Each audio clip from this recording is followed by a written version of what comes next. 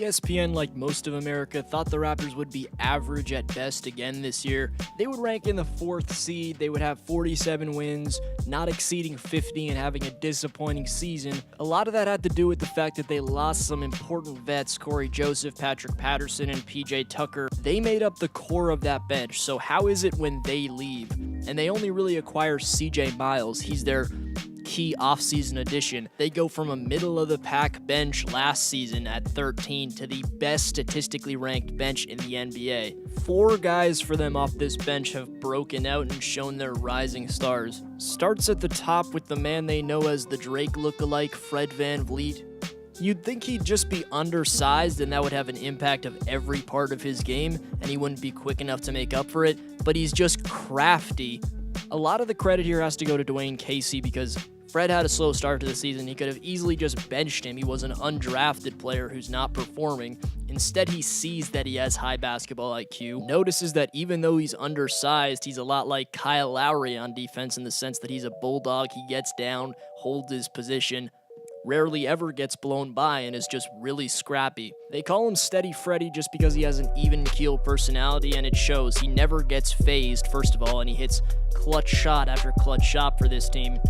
You could argue he's the MVP to this bench, but I think the MVP is just the depth in general for this team. They haven't even had Fred for the first 2 games of this series, still won pretty damn convincingly. And it's because right next to Freddie, they got a point guard who's really talented in his own way in DeLon Wright. Look at this block on John Wall last night, just extends, shows the length, which makes him a really big asset on defense. 14.5 points through the first 2 games of this series. That's called stepping up. Like OG Anunoby in their starting lineup, look for DeLon Wright to be a very productive 2-way player in the future. He's already showing to be, but I'm talking a starting caliber point guard. Raps got to pay Fred VanVleet at the end of this season, also got to pay DeLon at some point. They probably will have to choose between the two. But at the moment, it's the deadliest backcourt bench combo in the league, by far. Then it's the deadliest bench front court in the NBA in Pascal Siakam and Jakob Poeltl. Yak and Skills, they call him. Don't ask me why Siakam's nickname's Skills. Poeltl does an outstanding job in pick-and-roll defense situations when he has to pick up the guard. Pascal Siakam, when he's switched onto a perimeter player like Durant, LeBron, he defends them. This Raptor team can throw a lot of different options at LeBron. Obviously, you can't stop him, but you can slow him down. And with guys like OG Anunoby and Pascal Siakam, potentially even a Norman Powell or a CJ Miles at some point, just as backup options or to throw a different look at Bron. But back to Siakam, he's working on his dribbling ability. He's just an all-around very good prospect here. He already reminds me a lot of Draymond Green. Shout out to the dude who made this video.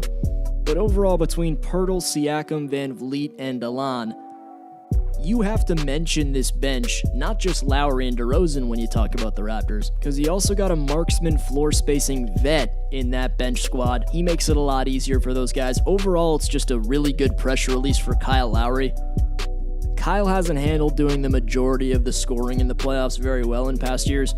Now that he knows there's going to be a ton of other production other than him, he can play freely like it's the regular season and be Bulldog Steph Curry shooting Kyle Lowry.